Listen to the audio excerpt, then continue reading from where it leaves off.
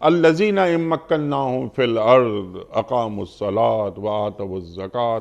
اللہ کیا فرما رہا ہے؟ مسلمان حکمران کی ذمہ داریوں کو بتا رہا ہے۔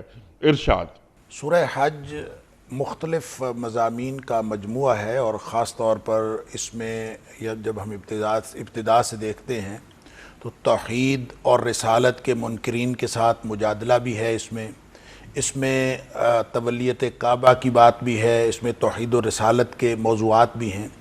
اور یہاں جس مقام پر یہ آیت ہے، آیت نمبر 41، اس سے ما قبل وہ بڑی مشہور و معروف آیت ہے، آیت نمبر 39، جس کو جہاد کی اجازت کی اولین آیت قرار دیا جاتا ہے، کہ نزولی اعتبار سے سب سے پہلے جو آیت نازل ہوئی جس میں جہاد کی اجازت دی گئی وہ آیت نمبر 39 ہے، اور یہ اس آیت کا تعلق آیت نمبر 41 کا اسی مضمون کے ساتھ ہے جو آیت نمبر 39 سے شروع ہوتا ہے۔